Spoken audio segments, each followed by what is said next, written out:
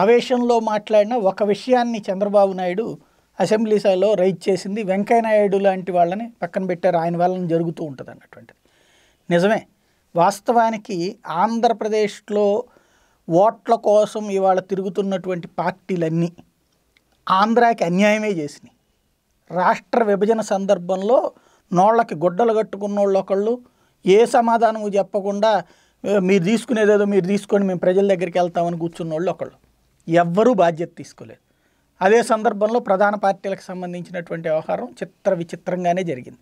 ఆ రోజున కాంగ్రెస్ పార్టీకి సంబంధించిన వాళ్ళు తెలంగాణ వాళ్ళేమో విడదీయాలని, ఆంధ్ర వాళ్ళేమో విడదీయొద్దని, అంతే తప్పించి ఆంధ్రాకి ఏం కావాలో అడగలేదు.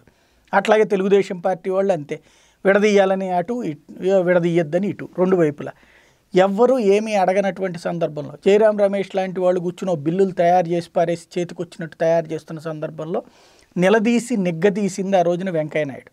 ఆయనకి మద్దతుగా నిలబడింది అరుణ్ జైట్లీ. వాళ్ళిద్దరూ కలిసి ప్రారంభించినటువంటిది వాళ్ళు చివరికి రాజ్యసభలో ప్రస్తావించినప్పుడు మాత్రమే సాధ్యమైంది. అదే కాదు, తర్వాత గ్రామీణాభివృద్ధి మంత్రిగా ఉన్నటువంటి సందర్భంలో ఇవాళ రాజధాని ప్రాంతానికి సంబంధించినటువంటి 1000 కోట్ల రూపాయల అదనపు నిధుల్ని కేటాయించింది వెంకయ్యనాయుడు ఉన్నటువంటి సందర్భంలో. ఇళ్ళు భారీ ఎత్తున ఇవాళ 10 లక్షల ఇళ్ళు ఆంధ్రప్రదేశ్కి వచ్చినాయి అంటే దాదాపుగా 6.5 లక్షల ఇళ్ళు వెంకయ్యనాయుడు ఉన్నప్పుడు ఆమోదించినాయి. దేశం మొత్తం మీద 40 లక్షల ఇళ్ళు కడితే ఒక్క ఆంధ్రప్రదేశ్కే 60 లక్షల ఇళ్ళు 6 లక్షల ఇళ్ళు ఓకే చేశారంటే అది వెంకయ్యనాయుడు పుణ్యమే. అట్లాగే అదే కాకుండా విద్యా సంస్థలు, వాస్తవంగా విద్యా సంస్థలన్నింటినీ కూడా ప్రతిదే చోట కూడా ఓకే అనుకున్న తర్వాత ఆ నిర్మాణం పూర్తయిన తర్వాత అక్కడికి వెళ్తారు. అది ఈలోపు ప్రభుత్వాలు ఎవరు ఉంటారో ఎవరు పోతారో తెలియదు. దానివల్ల ఆలస్యం అయిపోయి ఏళ్ల తరబడి ఆగిపోయినటువంటి బోలెడు ఉన్నాయి.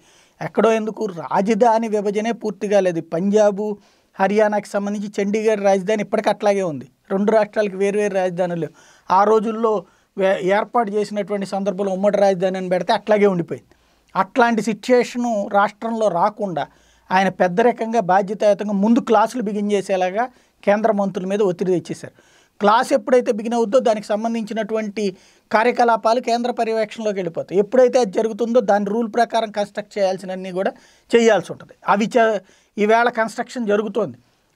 ఏది భారీ ఎత్తున జరిగిందా జరగట్లేదా అనేటువంటిది ఎవరి నోటికి వచ్చినాయి వాళ్ళు మాట్లాడుకోవచ్చు. కానీ ఈవేళ క్లాసులు ఒక పక్కన జరుగుతున్నాయి, ఆ భవన నిర్మాణాలు ఇంకొక వైపున జరుగుతున్నాయి. అంటే అది వెంకయ్యనాయుడు చొరవతోనే. అట్లాగే ఇంకొక వైపున ఈ బిల్లులో లేనటువంటి వచ్చినటువంటిది రకరకాలైనటువంటి ఇన్స్టిట్యూషన్స్, దాదాపుగా 7-8 ఇన్స్టిట్యూట్స్ అన్నీ కూడా వెంకయ్యనాయుడు చొరవతో వచ్చినటువంటి.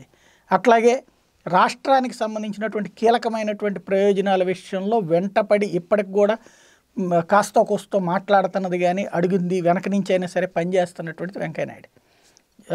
కాకపోతే వెంకయ్య వల్ల అట్లయిపోయింది ఇట్లయిపోయిందని ఎవరైనా ఏమైనా మాట్లాడుకోవచ్చు. కానీ తెలుగుదేశం పార్టీ లేదా చంద్రబాబు నాయుడు వెంకయ్య సంబంధాలని పక్కన పెడితే రాష్ట్రం అనేటువంటి దానికి, అంటే ఆ రోజున వాస్తవంగా వెంకయ్య ఆలోచన కూడా ఒకటే ఉంటుంది, చంద్రబాబు నాయుడుకి సపోర్ట్ అనేది కాదు, అక్కడ రాష్ట్రానికి సపోర్ట్ చేసి త్వరగా పనులు కావాలంటే ముఖ్యమంత్రితో గొడవలు పెట్టుకుని మేము ఇస్తామంటే అవుతుందా?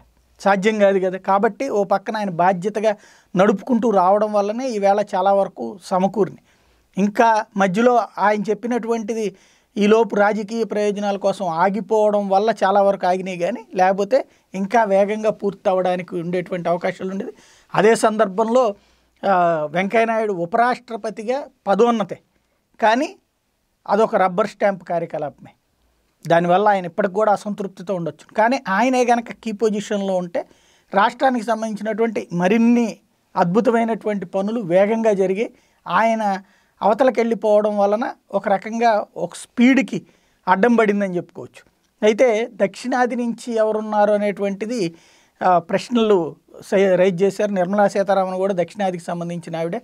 అట్లాగే కేరళకి సంబంధించినటువంటి మంత్రి కూడా ఉన్నారు. అన్ని రాష్ట్రాలకు సంబంధించినటువంటి వాళ్ళు ఉన్నారు. తమిళనాడుకి సంబంధించినటువంటి వాళ్ళు, దక్షిణాది. ఒక ఆంధ్రాకి సంబంధించినంత వరకు, ఆంధ్ర తెలంగాణ తెలుగు రాష్ట్రాలకు సంబంధించినంత వరకు వెంకయ్యనాయుడు కీ పొజిషన్లో ఉండేవారు.